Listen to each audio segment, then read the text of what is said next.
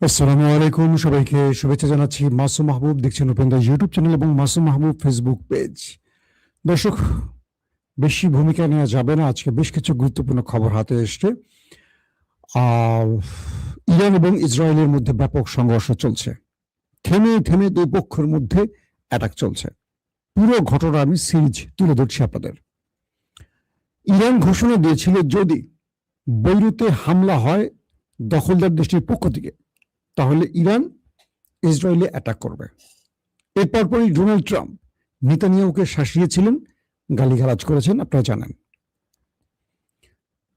Israel বৈরুতের বদলে দক্ষিণ লেবাননে অ্যাটাক করছিল দফায় দফায়, এবং হিজবুল বাহিনী প্রতিরোধ গড়ে তুলেছে, বেশ কজন দখলদার ওপারেও চলে গেছে। ক্লিয়ার।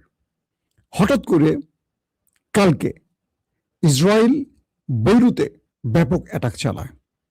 যখন অ্যাটাক চালায় তখন ইরানের জন্য এটি একটি বৈধ টার্গেট হয়ে যায়, কারণ ইরান ঘোষণা দিয়েছিল পূর্বে যুদ্ধবিরতি লঙ্ঘন করে যদি লেবাননে হামলা হয় তাহলে ইরান জবাব দেবে। যে আলোকে ট্রাম্প নেতানিয়াহুকে বুঝিয়েছে হামলা না করার জন্য। নেতানিয়াহু এই যুদ্ধটা চাচ্ছেন বলে তিনি বৈরুতে অ্যাটাক করে বসছেন। বৈরুতে অ্যাটাক করার কিছুক্ষণের মধ্যেই ইরান ওই দেশটির উপর সিরিজ মিসাইল ড্রোন অ্যাটাক চালায়। একটার পর একটা অ্যাটাক হয়। এই অ্যাটাকটা তখন হয় নর্দার্ন সাইডে, উত্তর সাইডে, কারণ এখান থেকেই ইসরায়েল বৈরুতে অ্যাটাক করেছে বা এখান থেকে লেবাননে অ্যাটাক করে থাকে। তো এখানে ব্যাপক অ্যাটাক করার পর মিস্টার প্রেসিডেন্ট ট্রাম্প ইরানকে নক দেয়। ইরানকে বলে যে আমি নেতানিয়াহুকে বোঝাচ্ছি তুমি আর অ্যাটাক করো না। তো ইরান বলে যদি আমাকে পাল্টা অ্যাটাক না করে আর যদি লেবাননে আর হামলা না করে তাহলে আমি আর অ্যাটাক করব না। আমি এই অ্যাটাকটি করেছি লেবাননের উপর দখলদারদের আক্রমণের প্রতিশোধ দিতে। তারা যদি লেবাননে হামলা বন্ধ করে তাহলে আমি থেমে যাব। ট্রাম্প বলল ওকে। ট্রাম্প কি করলেন, নেতানিয়াহুকে কল দিলেন। কল দিয়ে বললেন নেতানিয়াহুকে যে বেবি, তার ডাক নাম নেতানিয়াহুর, তুমি আর হামলা করবে না। আমি ইরানকে বলেছি ইরান আর অ্যাটাক করবে না, তুমি আর লেবাননে হামলা করবে না, আর ইরানের পাল্টা আক্রমণ করবে না। নেতানিয়াহু বলে ওকে, ঠিক আছে। এরপর নেতানিয়াহুর পার্লামেন্টে থাকা নেতানিয়াহু বিরোধী যে গ্রুপ, তারা নেতানিয়াহুকে ফুসিয়ে দেয়, অথবা নেতানিয়াহু নিজেই এই আক্রমণটি চাচ্ছিলেন এমনটি বলা হচ্ছে কিছু কিছু গণমাধ্যমে। তারপর কি হলো, প্রায় 3 ঘন্টা পর যখন ইরান আমেরিকার সাথে আলোচনার পর থেমে গেল, প্রথম দফায় কয়েক ওয়েভে ইরান বেশ কিছু মিসাইল মেরে নর্দার্ন সাইডকে লন্ডভন্ড করে দেয়, হাইফা সহ কয়েকটি অঞ্চলকে। এরপর যেটি হয়, 3 ঘন্টা পর হঠাৎ করে ইসরায়েল অ্যাটাক চালায় ইরানের ভেতরে।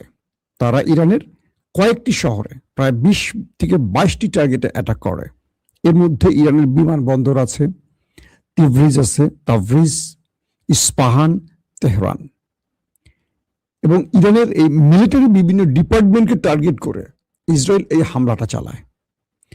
এর পরপরই ইরান আবারও তার দ্বিতীয় ওয়েভ স্টার্ট করে, অর্থাৎ ইরান ঝাঁকে ঝাঁকে বৃষ্টির মতো মিসাইল ওই দেশটির ভিতরে হিট করে। তখন সেই সময়টিতে আর শুধু নর্দার্ন নয়, পুরো ইসরায়েলের বিভিন্ন শহর, Ashdod, Ashkelon, Jerusalem, Tel Aviv, Haifa, মধ্য ইসরায়েল, দক্ষিণ ইসরায়েল, উত্তর ইসরায়েল, কোনো কিছু আর বাদ রাখে না। সিরিজ ইরান অ্যাটাক চালায় ইসরায়েলের ভেতরে। এরপর ইসরায়েল তার জনগণকে বলে দ্রুত সব বাংকারে যাও, কারণ পুরো রাষ্ট্র জুড়ে সাইরেন বাজতে থাকে। ইরানের হামলার এত তীব্রতা ছিল এবং সময় নিয়ে ইরান কিন্তু সিরিজ মিসাইল মারতেছিল একটার পর একটা, একটার পর একটা। ইরান করে কি, তারা যেহেতু ইসরায়েলে অ্যাটাক করে, তারা আগেই তাদের গুরুত্বপূর্ণ মিসাইল লঞ্চার, মিসাইল এবং আরো গুরুত্বপূর্ণ বিষয়গুলোকে, প্রতিরক্ষা ব্যবস্থাগুলোকে অ্যাক্টিভ করে দিয়ে এগুলোকে মাটির নিচে সরিয়ে ফেলে। কারণ ইরান জানে ইসরায়েল এখন পাল্টা অ্যাটাক করবে। তাই ইসরায়েল ইরানে যে অ্যাটাক করেছে, এই অ্যাটাকে ইরানের তেমন কোনো ক্ষতি হয়নি। ইরান এই অ্যাটাকটিকে সম্পূর্ণ প্রস্তুতির জন্য আগে মোকাবেলা করে। ইন্টারেস্টিং ব্যাপার, ইরানের যে প্রতিরক্ষা ব্যবস্থাগুলো আছে এগুলো বেশ কিছু অ্যাটাক মোকাবেলা করে ফেলে, অ্যাটাক ঠেকিয়ে দেয়। ইসরায়েল প্রথমে যে মিসাইলগুলো মারছিল, তারপর তারা চিন্তা করে তারা ইরানের ভেতরে তাদের যুদ্ধ বিমান ঢোকাবে, কিন্তু ইরানের প্রতিরক্ষা ব্যবস্থা যখন অ্যাক্টিভ হয়ে সেগুলোকে একটার পর একটা ইন্টারসেপ্ট করতে শুরু করে, তখন ইসরায়েলের বাহিনীগুলো আর ইরানের ভেতরে ঢোকার সাহস করে না। তারা ভূমধ্যসাগর বা তারা বিভিন্ন আরব রাষ্ট্র, গালফ কান্ট্রির আশপাশ থেকে, ইরানের টেরিটরির বাইরে থেকে তারা মিসাইলগুলো মারার চেষ্টা করে, এবং ইরান অনেকগুলোকে ইন্টারসেপ্ট করেছে, অনেকগুলো ইন্টারসেপ্ট করতে পারেনি। আমরা দেখেছি বিভিন্ন জায়গায় বিকট আওয়াজ হয়েছে ইরানের ভেতর থেকে অনেকে জানিয়েছেন যে কয়েকটি শহরে প্রায় 20-22টি টার্গেটে তারা হামলার খবর পেয়েছে। তো এই পরিস্থিতির মধ্যে কাতার তার আকাশ বন্ধ করে দিয়েছে, ইরান তার আকাশ বন্ধ করে দিয়েছে, এবং জরুরি অবস্থা তৈরি করে দিয়ে তারা পাল্টা অ্যাটাক করছে। এখন দুটো বিষয় নতুন করে তৈরি হয়েছে। মিস্টার প্রেসিডেন্ট ট্রাম্প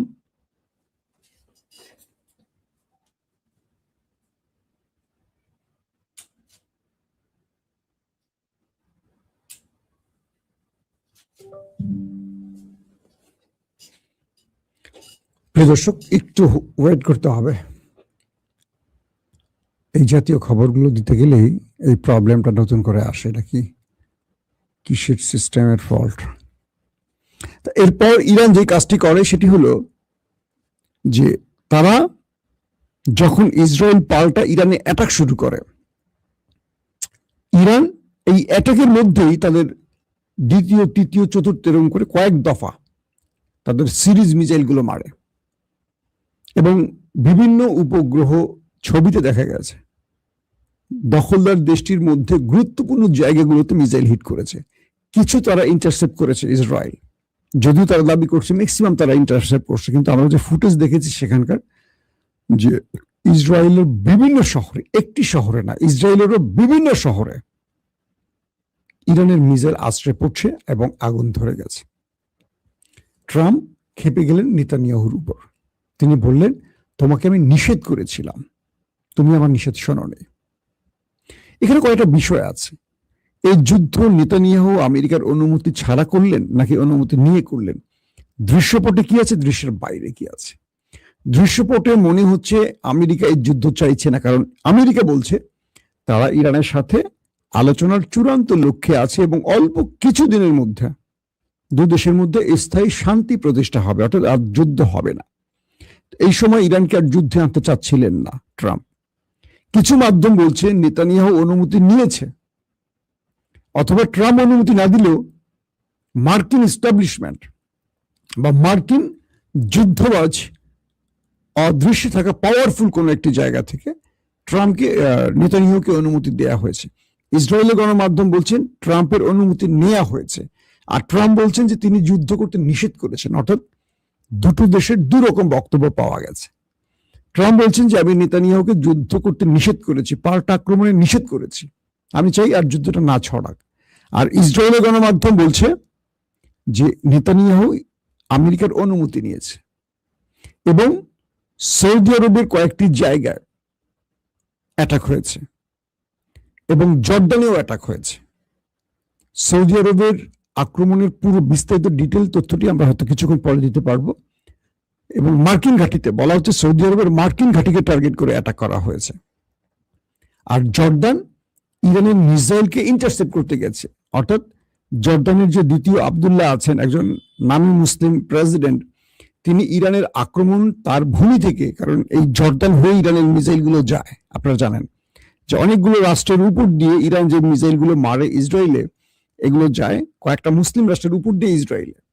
তো বাকি রাষ্ট্রগুলো চুপ থাকলেও জর্ডান সেখানে ইরানের মিসাইলকে ইন্টারসেপ্টের চেষ্টা করে, তখন ইরান জর্ডানেও হিট করে বসে, এবং সৌদি আরবে মার্কিন দুটো ঘাঁটিকে টার্গেট করে আক্রমণের খবর পাওয়া গেছে। তার মানে এখান থেকে মার্কিন ঘাঁটির আক্রমণের পেছনে নেপথ্যে কোনো কারণ আছে, হয়তোবা সেখান থেকে আমেরিকা ইরানের কোনো মিসাইলকে ইন্টারসেপ্ট চেষ্টা করছে। পাশাপাশি ইসরায়েল দাবি করছে তারা ব্যালিস্টিক মিসাইলে ইরানকে আক্রান্ত করেছে, এবং তারা বলছে যে ইরান আমাদের উপর যে আক্রমণ করেছে এটার জন্য অনেক বড় মাসুল দেবে, ইরানকে এটার জন্য অনেক বড় মাসুল দিতে হবে। ট্রাম্প যে ইরানকে বলছে আর এটা করলেন না, আমি নেতানিয়াহুকে বোঝাচ্ছি, কিন্তু নেতানিয়াহু যে 3 ঘন্টা পর অ্যাটাক করছে, এতে করে এটা প্রমাণ হচ্ছে পুরো পৃথিবী আমেরিকাকে আর শুনছে না, মানছে না, অথবা ইসরায়েল আমেরিকাকে তোয়াক্কাই করে না, ইসরায়েল আমেরিকাকে পাত্তাই দেয় না। নতুবা ট্রাম্পের নিষেধের পর এই আক্রমণ নেতানিয়াহু করতে পারতেন না। শুধু এই আক্রমণ ইরানের পক্ষ থেকে না, ইয়েমেন জড়িয়ে পড়েছে। ইয়েমেন তারাও ইসরায়েলকে টার্গেট করে কয়েক দফা মিসাইল হিট করেছে, অর্থাৎ ইরানের সাথে ইয়েমেন মাঠে নেমে গেছে, এবং তারা বলছে বাবুল মান্দাফ তারা বন্ধ করে দেবে যদি ইরানে আবারও আক্রমণ হয়। অর্থাৎ ইরান এককভাবে না, তার প্রক্সিকেও মাঠে নামিয়েছে। খেলা এবার ভালোভাবে জমে উঠছে। দর্শক, শুধু এখানেই নয়, গত দুদিনে ইরান আরো কিছু সাফল্য পেয়েছে। তাদের সিস্তান বালুচিস্তান যে সীমান্ত অঞ্চল, এখান থেকে একটি সন্ত্রাসী গ্রুপ ইরানের ভেতরে বড় অ্যাটাকের পরিকল্পনা নিয়ে প্রবেশের চেষ্টা করে। তার আগের দিনও আরেকটি পয়েন্ট দিয়ে চেষ্টা করে। সেখানে ইরানের নিরাপত্তা বাহিনী যারা সীমান্তে আছেন, সীমান্তরক্ষী, তারা তাদের সাথে দীর্ঘক্ষণ বন্দুক যুদ্ধ করে তাদেরকে হত্যা করে সেই সীমান্তটাকে রক্ষিত করে। কালকে রাতে সিস্তান বালুচিস্তান যে পয়েন্ট সীমান্ত, সেখানেও ইরানি বাহিনীর সাথে শত্রুপক্ষের সন্ত্রাসী বাহিনীর ব্যাপক লড়াই হয়, এবং ইরান তাদেরকে সেখানে পরাজিত করে বেশ কয়েকজনকে হত্যাও করে। সকালের আলো ফোটার পর সেই সীমান্ত অঞ্চলে দেখা যায় অজস্র অস্ত্র, ইলেকট্রনিক্স ওয়ারফেয়ারের যে সামগ্রীগুলো আছে, নাইট ভিশন ক্যামেরা, গগলস, গুলি, বন্দুক, বিভিন্ন রকম জিনিসগুলো, এই জিনিসগুলো বিদেশি এজেন্টরা ইরানের ভেতরে ঢোকাবার চেষ্টা করছিল, যাতে ইরানের সরকারের বিরুদ্ধে বড় একটা সন্ত্রাসী হামলা চালাতে পারে বিদ্রোহী জনগোষ্ঠী, এমনটি ধারণা করা হচ্ছে। তো সব মিলে ইরান সেখানেও গতকালকে সীমান্ত একটা ভালো সাকসেস দেখিয়েছে।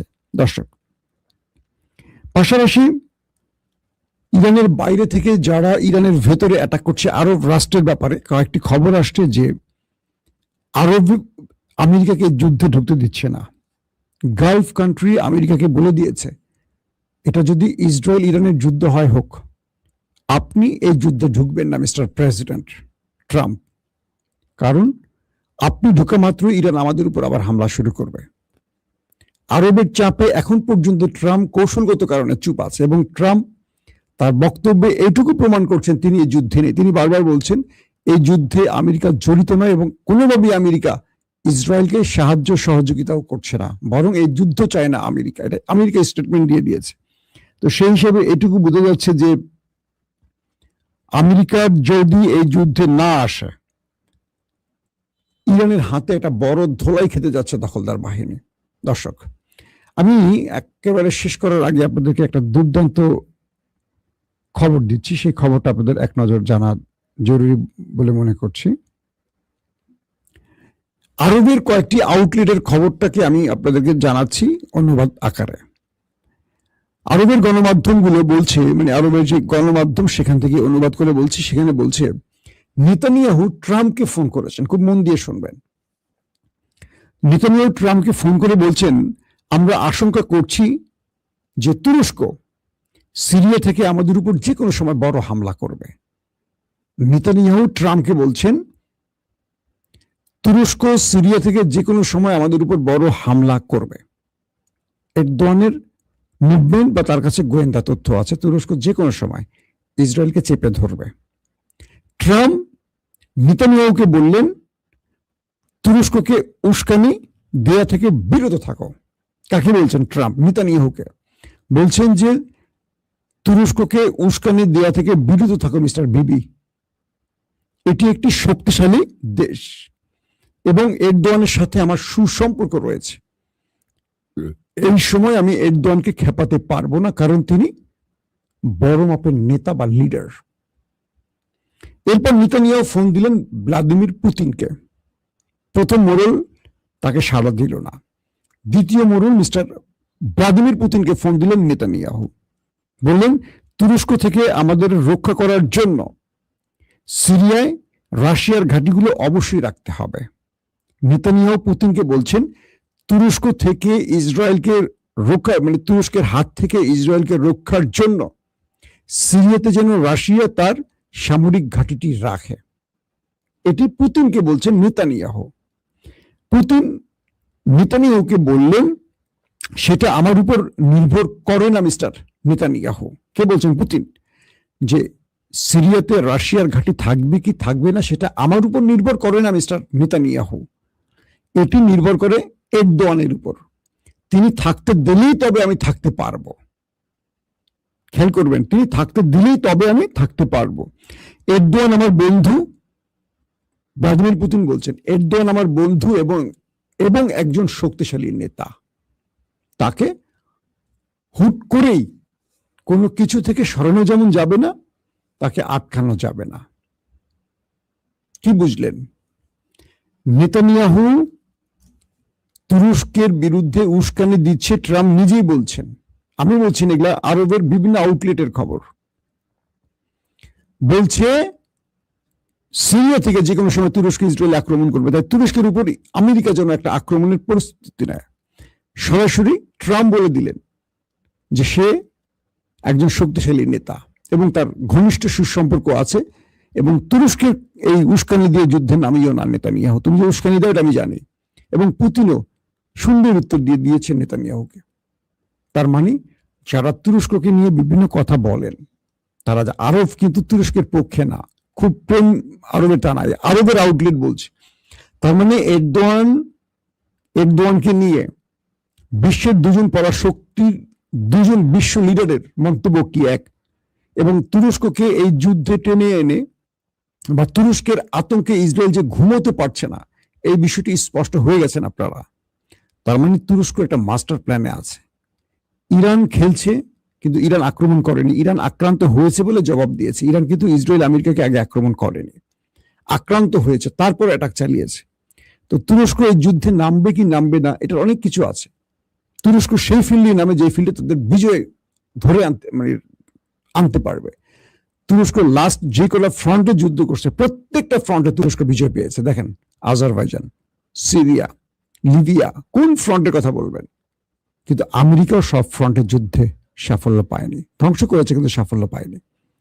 সো তুরস্ককে এই ফ্রেমে আনার জন্য নেতানিয়াহু তার কৌশল তৈরি করছে এবং খেলা চলছে। প্রত্যেকে ভালো থাকবেন। আল্লাহ হাফেজ।